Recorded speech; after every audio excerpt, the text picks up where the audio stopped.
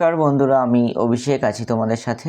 আজ আমি আলোচনা করব ক্লাস দ্বাদশ শ্রেণীর সেমিস্টার 4-এর বায়োলজি চ্যাপ্টার পরিপাক ও শোষণ। তো এর আগের দিনে আমরা কিন্তু পরিপাক ও শোষণের সংজ্ঞাগুলো কিছু জেনেছি।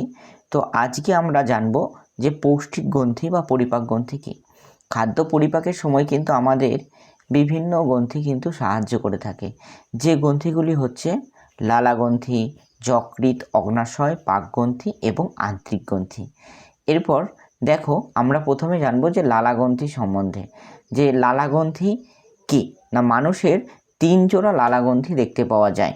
এর ভিতর আছে প্যারোটিড গ্রন্থি, তারপরে আছে তোমার সাবম্যান্ডুলার গ্রন্থি এবং সাবলিঙ্গুয়াল গ্রন্থি। প্রথমে আমরা আসি প্যারোটিড গ্রন্থি। প্যারোটিড গ্রন্থিটা কি না, এটি বৃহত্তম সেরাস প্রকৃতির গ্রন্থি। মুখমণ্ডলের একপাশে প্রতিটি কর্ণের নিচে একটি করে 2টি প্যারোটিড গ্রন্থি কিন্তু আমাদের আছে।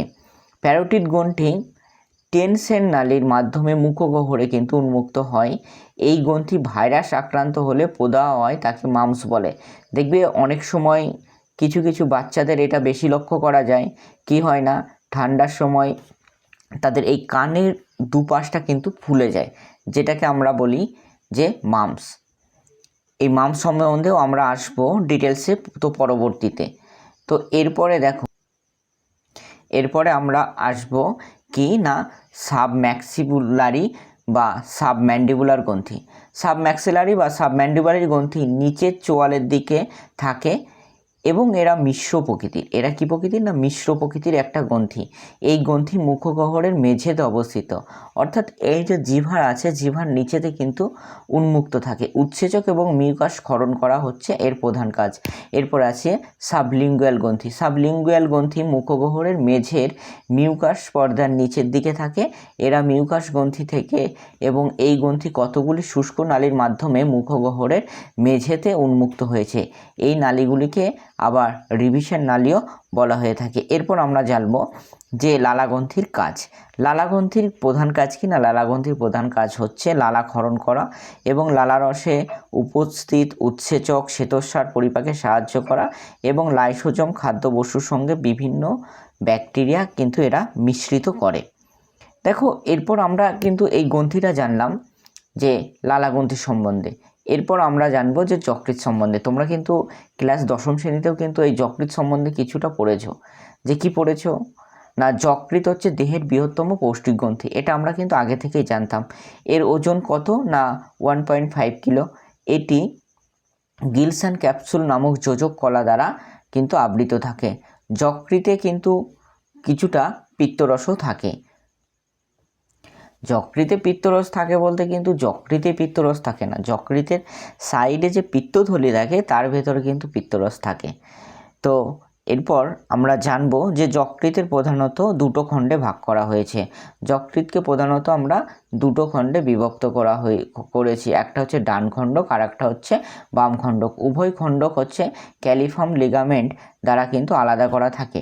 ডান খণ্ডকটি পুনরায় বিভাজিত হয়ে ডান খণ্ডকের এপার এবং কোয়াড্রেন্ট খণ্ডক বা কর্ডেট খণ্ডরও গঠন করেছে। যকৃতের খণ্ডকগুলির ভিতরে ছোট ছোট উপখণ্ডকে বিভক্ত হয়, যাদের হেপাটাইটিক লোবিউল বলে। উপখণ্ডকগুলি যকৃৎ কোষ দিয়ে গঠিত এবং যকৃৎ কোষগুলি সারিবদ্ধভাবে কিন্তু অবস্থান করে। মানুষের যকৃতে এক প্রকার ম্যাক্রোফোজ বা কুফার কোষ থাকে, যা ব্যাকটেরিয়াকে ধ্বংস করে। এখান থেকে কিন্তু একটা শর্ট প্রশ্ন তোমাদের দিলেও দিতে পারে, কি না, যকৃতে কোন কোষ ব্যাকটেরিয়াদের ধ্বংস করতে পারে? যকৃতে অবস্থিত কুফার কোষ কি করে না, ব্যাকটেরিয়াদের ধ্বংস করতে সাহায্য করে। এরপর দেখো পিত্তথলি। পিত্তথলি কি করে না, যকৃতের পশ্চাৎতলে একটি নাশপাতি আকৃতির থলির মতো সংযোগ কলা দ্বারা সংযুক্ত থাকে, একে বলা হয় পিত্তথলি। যকৃৎ নিঃসৃত পিত্ত থলিতে সাময়িকভাবে সঞ্চিত থাকে বা সঞ্চিত হয়েই থাকে। কুকুর ঘোড়ার পিত্তাশয় থাকে না, কুকুর বা ঘোড়ার কিন্তু পিত্তাশয় থাকে না। যকৃৎ কোষ থেকে উৎপন্ন সবুজাভ বা হলুদ বর্ণের এই পিত্ত ফ্যাটের পাচন অপদ্রব্য প্রস্তুতিতে বিশেষণে সাহায্য করে। এছাড়া বিভিন্ন প্রকার ভারী ধাতু যেমন কপার, টক্সিন, ব্যাকটেরিয়া এবং কোলেস্টেরল, লেসিসিন ইত্যাদি রেচনের পরিপাকেও কিন্তু সাহায্য করে। তোমরা কিন্তু ক্লাস 9-এর রেচন চ্যাপ্টারটায় পড়েছো যে যকৃতে রেচনের ভূমিকা কী, এটা কিন্তু আমরা আগে থেকেই জেনেছি। তো সেটাই আমরা আজ জানলাম। এরপর আসি যে এই যে পাকস্থলীতে কিন্তু আমাদের এক প্রকার অ্যাসিড থাকে যার নাম হচ্ছে হাইড্রোক্লোরিক অ্যাসিড, যা কী করে না আমরা যত রকম খাবার খাই বা যাই খাই এই HCl কিন্তু সহজেই তা কিন্তু ভেঙে দিতে পারে। এরপর আমরা আলোচনা করব যকৃতের কাজ। যকৃতের কাজ কি? যকৃতের প্রধান কাজ হচ্ছে যে রক্তনালীর কার্যাবলী। এখানে আমরা কি জানবো না, ভ্রূণ অবস্থায় যকৃৎ লোহিত রক্তকণিকা সৃষ্টি করে এবং পূর্ণাঙ্গ অবস্থায় যকৃতের লোহিত রক্তকণিকা ধ্বংস করে। যকৃৎ প্রথম্বিন এবং ফাইব্রিনোজেন সৃষ্টি করে, তঞ্চনে সাহায্য করে, রক্ত প্লাজমা প্রোটিন সংশ্লেষ করে, যকৃতে অবস্থিত মাস্ট কোষ এবং হেপারিন নিঃসরণ করে রক্তবাহে রক্ততঞ্চন রোধ করে। যকৃৎ লৌহ সঞ্চয়ে হিমোগ্লোবিনের গঠনে সাহায্য করে এবং দেহে রক্তের পরিমাণও নিয়ন্ত্রণ করে থাকে। এরপর আমরা আসি না পরিপাকের কার্যাবলী। পরিপাকের কার্যাবলী কি না, যকৃৎ কী করে, পিত্ত নিঃসরণ করে এবং পিত্তে অবস্থিত পিত্ত লবণ ফ্যাট জাতীয় খাদ্যবস্তুকে অপদ্রব্যকে পরিণত করে ফ্যাট পরিপাকে সাহায্য করে। বর্ণগঠন, যকৃৎ পিত্ত নিঃসরণ করে, পিত্তে অবস্থিত পিত্তরজ্জক মল এবং মূত্রের কালার ধারণ করে। এরপর বিলিভুরিন এবং বিলিভার্ডিন উৎপাদন।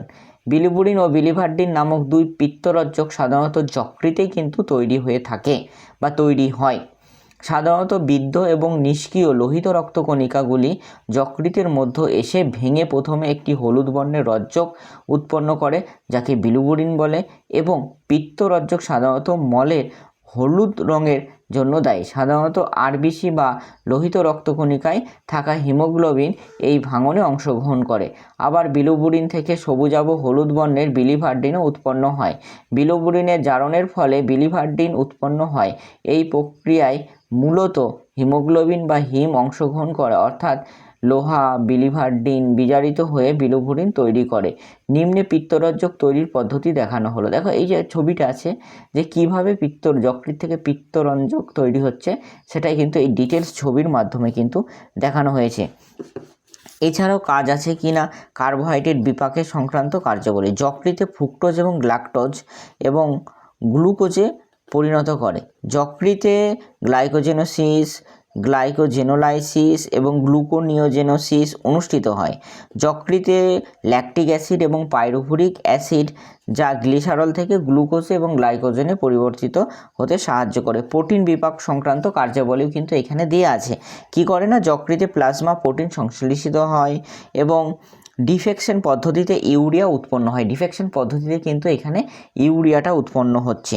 এরপর ফ্যাট বিপাক সংক্রান্ত কার্যাবলী কি? ফ্যাট বিপাক সংক্রান্ত কার্যাবলী হচ্ছে কি না, যকৃৎ ফ্যাট সঞ্চয় করে এবং ফসফোলিপিড শোষণ করে থাকে এবং শর্করা প্রোটিন এবং ফ্যাট সংশ্লেষে সাহায্য করে। এরপর আসি আমরা সঞ্চয়ী কাজ। সঞ্চয়ী কাজ কি না, যকৃতে ভিটামিন A, D এগুলো হচ্ছে কি করে না, গ্লাইকোজেন ইত্যাদি সঞ্চিত হয়। তাহলে যকৃতে কোন ভিটামিন সংশ্লেষিত হয় বা সঞ্চিত হয়? A R D। রেচন সংক্রান্ত কাজ, বিভিন্ন ধাতব পদার্থ যেমন টক্সিন, ব্যাকটেরিয়া, অপ্রয়োজনীয় অতিরিক্ত ঔষধ পিত্তের মাধ্যমে দেহ থেকে কিন্তু দূরীভূত হয়। তাপ নিয়ন্ত্রণ, যকৃৎ রাসায়নিক বিক্রিয়াজাতই তাপ শোষণ করে দেহের তাপ নিয়ন্ত্রণে সাহায্য করে। রক্ষণমূলক কাজ কি না, যকৃৎ নিকোটিন, স্ট্রিকসিন জাতীয় বিষাক্ত পদার্থকে ধ্বংস করে এবং দেহকে রক্ষা করে। যকৃতে অবস্থিত আরই কোষসমূহ জীবাণুদেরকে মেরে ফেলে এবং যকৃতে বিভিন্ন প্রকার অ্যান্টিবডিও কিন্তু গঠন হয়। এরপরে আমরা জানবো যে এই যে ছবিটা দেখতে পাচ্ছ, এই ছবিটা হচ্ছে কিসের ছবি না, আমার অগ্নাশয়ের ছবি। এই অগ্নাশয় সম্বন্ধে কিন্তু এরপর আমরা জানবো। অগ্নাশয় কি? অগ্নাশয় একটা হচ্ছে বহিঃক্ষরা ও অন্তঃক্ষরা উভয় গ্রন্থির কাজ করে এই অগ্নাশয়। এর বহিঃক্ষরা অংশ একটি জটিল নলাকার গ্রন্থি। অগ্নাশয় প্রধান নিঃসরণ নালীকে উইরসাং নালী বা ডাক্ট উইরেসিংও বলা হয়। গ্রন্থিটি সমস্ত অংশ জুড়ে বিস্তৃত এবং উইরসাং নালী সাধারণত পিত্তথলির সঙ্গে মিলিতভাবে অ্যাম্পুলা অফ ভাটার এ উন্মুক্ত হয়। অ্যাম্পুলা অফ ভাটার ডিওডিনামের দ্বিতীয় অংশে কিন্তু থাকে। তো এরপরে দেখো কলাস্থানিক গঠন আমরা জানবো। অগ্নাশয় কিন্তু অসংখ্য খণ্ডক নিয়ে গঠিত। খণ্ডকগুলি থলির মতো এবং গোলাকার, এবং থলির মতো খণ্ডকের কেন্দ্রীয় বিবরের চারিদিকে অগ্নাশয় রস ক্ষরণকারী কোষ একটি ভিত্তি পর্দার ওপর কী করে না পরস্পরভাবে সজ্জিত থাকে। অনেক গ্রন্থিগুলি ঘনতলাকার আবরণী কোষ দেখা যায়। এরা ক্ষরণশীল কোষের শীর্ষাঞ্চলের সংস্পর্শে অবস্থান করে। এদের সেন্ট্রোঅ্যাস্টিনার কোষ বলা হয়ে থাকে, এবং এইসব কোষে দানা থাকে না। এইসব কোষে কি থাকে না? দানা থাকে না। অগ্নাশয়ের মধ্যে ল্যাঙ্গারহ্যান্স নামক একটা দ্বীপপুঞ্জ থাকে। ঠিক আছে, দ্বীপপুঞ্জ থাকে। এটি অগ্নাশয়ের এন্ডোক্রিন অংশ কিন্তু বলা হয়ে থাকে। এই দ্বীপে 4 রকমের কোষ থাকে, যথা হচ্ছে আলফা কোষ, বিটা কোষ, ডেল্টা কোষ এবং পলিপেপটাইড ক্ষরণকারী কোষ। এরপর আমরা আসি যে আলফা কোষ কি। এই কোষটি আইলেটস গ্রন্থির পরিধির দিক দিয়ে বেশি দেখা যায়, এবং মোট কোষের 15% হয় কিনা আলফা কোষ। এরা গ্লুকাগন নামক হরমোন উৎপন্ন করে। এরা যকৃতে গ্লাইকোজেনকে গ্লুকোজে পরিণত করে। তাহলে আলফা কোষ থেকে কি নিঃসৃত হয় না? গ্লুকাগন নিঃসৃত হয় না, গ্লুকাগন হরমোন নিঃসৃত হয়। এর কাজ হচ্ছে কি না গ্লাইকোজেনকে গ্লুকোজে পরিণত করা। এরপর আসি বিটা কোষ।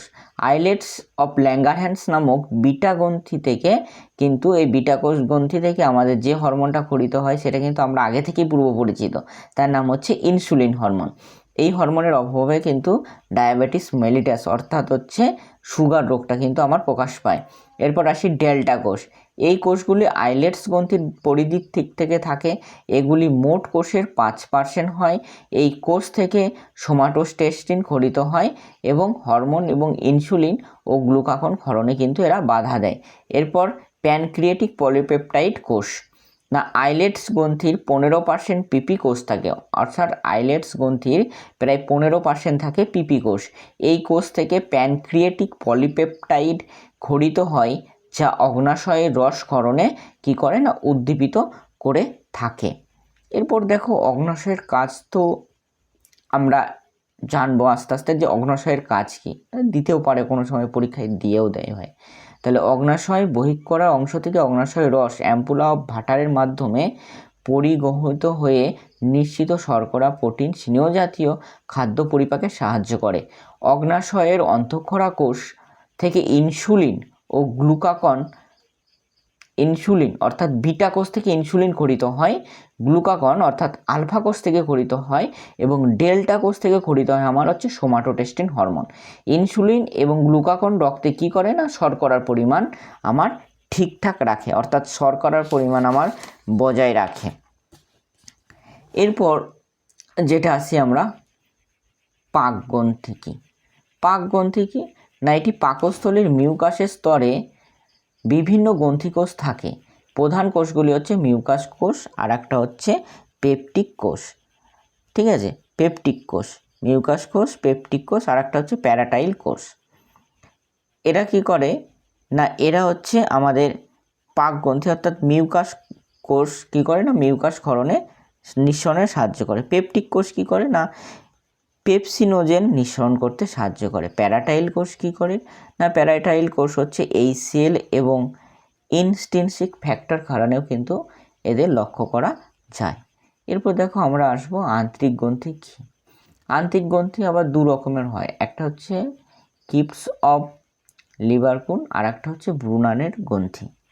তাহলে কিপস অফ লিভারকুন কি না, এগুলি সরল নালাকার অংশবিশেষ। এগুলি ক্ষুদ্রান্তের সর্বত্রই ভিলাইয়ের কাজে কিন্তু থাকে। এগুলি সর্বত্র কি করে না ক্ষুদ্রান্তের ভিলাইয়ের কাজে থাকে, এবং এরা পাচক রস এবং মিউকাস রস ক্ষরণ করে। এবং ক্রিপসে যেসব এককোষী গোবলেট কোষ থাকে তারাও কিন্তু মিউকাস ক্ষরণে সাহায্য করে। ক্রিপসের মূল দেশে আরও 2 রকমের কোষ দেখা যায়, যেটা হচ্ছে প্যানেত কোষ। আরও একটা কোষ দেখা যায় যার নাম হচ্ছে প্যানেত কোষ। এগুলি মুখ্যাত ডিওডিনামের অঞ্চলে থাকে, এবং এরা অগ্রাসী প্রকৃতির এবং লাইসোজোম ক্ষরণেও কিন্তু সাহায্য করে বলে অনুমান করা হয়। আর্জেন্টালফিন কোষ কি না, এটা হচ্ছে সেরোটোনিন হরমোন বা 5-HT সংশ্লেষে সাহায্য করে। এরপর আসি ব্রুনানের গ্রন্থি।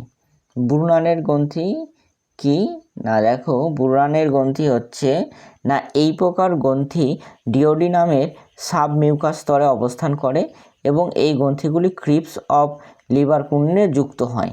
এই গ্রন্থি থেকে ক্ষারীয় মিউকাস কিন্তু ক্ষরিত হয়। এরপর আমরা দেখো আসবো যে লালা কি। সমগ্র পরিমাণ আমরা জানবো, লালার প্রথমে পরিমাণটা জানবো বা স্যালিভা। 24 ঘন্টায় 1200 থেকে 1500 মিলিলিটার আমাদের কিন্তু লালা নিঃসরণ হয়। বিক্রিয়া কি সামান্য অম্লধর্মী। আপেক্ষিক গুরুত্ব 1.002 থেকে 1.012 পর্যন্ত হয়। ফ্রিজিং বিন্দু 0.07 থেকে 0.34 ডিগ্রি সেন্টিগ্রেড, মানে ফ্রিজিং বিন্দু অর্থাৎ 0.07 থেকে 0.34 ডিগ্রি সেন্টিগ্রেড কিন্তু এটা ভালো থাকে। বৈশিষ্ট্য কিছু কিছু কোষ এবং মিউকোসিনের উপস্থিতিতে কিছুটা ঘোলাটে এবং চটচটে হয়। উপাদান কি না, লালার প্রধান উপাদান হচ্ছে জল থাকে 99.5% এবং কঠিন পদার্থ থাকে 0.5%। অজৈব উপাদান থাকে 0.02%, তার ভেতরে থাকে sodium, potassium chloride, calcium carbonate, calcium এবং সোডিয়াম ফসফেট বাইকার্বনেটের বিভিন্ন প্রকার অজৈব লবণ। জৈব উপাদানগুলো কি কি থাকে না, জৈব উপাদান থাকে 0.3%। উৎসেচক যেমন হচ্ছে স্যালভারি অ্যামাইলেজ, স্টায়ালিন, লাইসোজোম এবং ফসফাটোজ, কার্বনিক এবং অ্যানহাইড্রিনিস ইত্যাদি কিন্তু এদের কিন্তু লক্ষ্য করা যায়। এরপর জৈব উপাদান উৎসেচক স্যালভারি অ্যামাইলেজ, স্টায়ালিন ইত্যাদি। এরপর গ্যাসীয় উপাদান থাকে হচ্ছে তোমার CO2, O2 ইত্যাদি। অন্যান্য যে জৈব পদার্থ থাকে তা হচ্ছে mucus, urea, amino acid, cholesterol ইত্যাদি। এরপর লালার কাজ তোমরা কি জানো? লালার কাজ হচ্ছে আমাদের চর্বণে সাহায্য করে। আমরা যে কথা বলছি, কথা বলতে বলতে অনেক সময় কিন্তু মুখ ফুক শুকিয়ে আসে, তখন কিন্তু লালাটা কম ক্ষরণ হলে ওইটা হয়। ঠিক আছে, তাহলে লালার কাজ কি না, মুখমণ্ডলকে কি করে সিক্ত করে রাখে, সবসময়কে ভিজিয়ে রাখে। আর কি করে না, লালার রস আমাদের কি করে না খাবারগুলোকে ভাঙতে সাহায্য করে এবং পাকমণ্ড তৈরি করতে সাহায্য করে এবং ঘিটতেও সাহায্য করে কিন্তু এই লালা। তো বন্ধুরা আজ এই পর্যন্তই, পরবর্তী ভিডিওতে দেখা হচ্ছে এর পরের দিন। আমাদের ভিডিওগুলো যদি তোমাদের খুব ভালো লেগে থাকে তাহলে সবার সাথে শেয়ার, কমেন্ট এবং লাইক অবশ্যই করো যদি তোমার ভালো লাগে, না লাগলে করো না। কারণ আমরা এই ভিডিওগুলো ছাড়ছি, তোমাদের যদি কোনো উপকারে লেগে থাকে তাহলে কিন্তু আমরা আরও পরবর্তীতে ভিডিও দিতে উৎসাহিত হব। তোমরা যদি ভালোভাবে দেখো, তোমরা যদি না দেখো তাহলে কি আমার ভিডিও করতে ইচ্ছা করবে? তো বন্ধুরা আজ এই পর্যন্ত, ধন্যবাদ।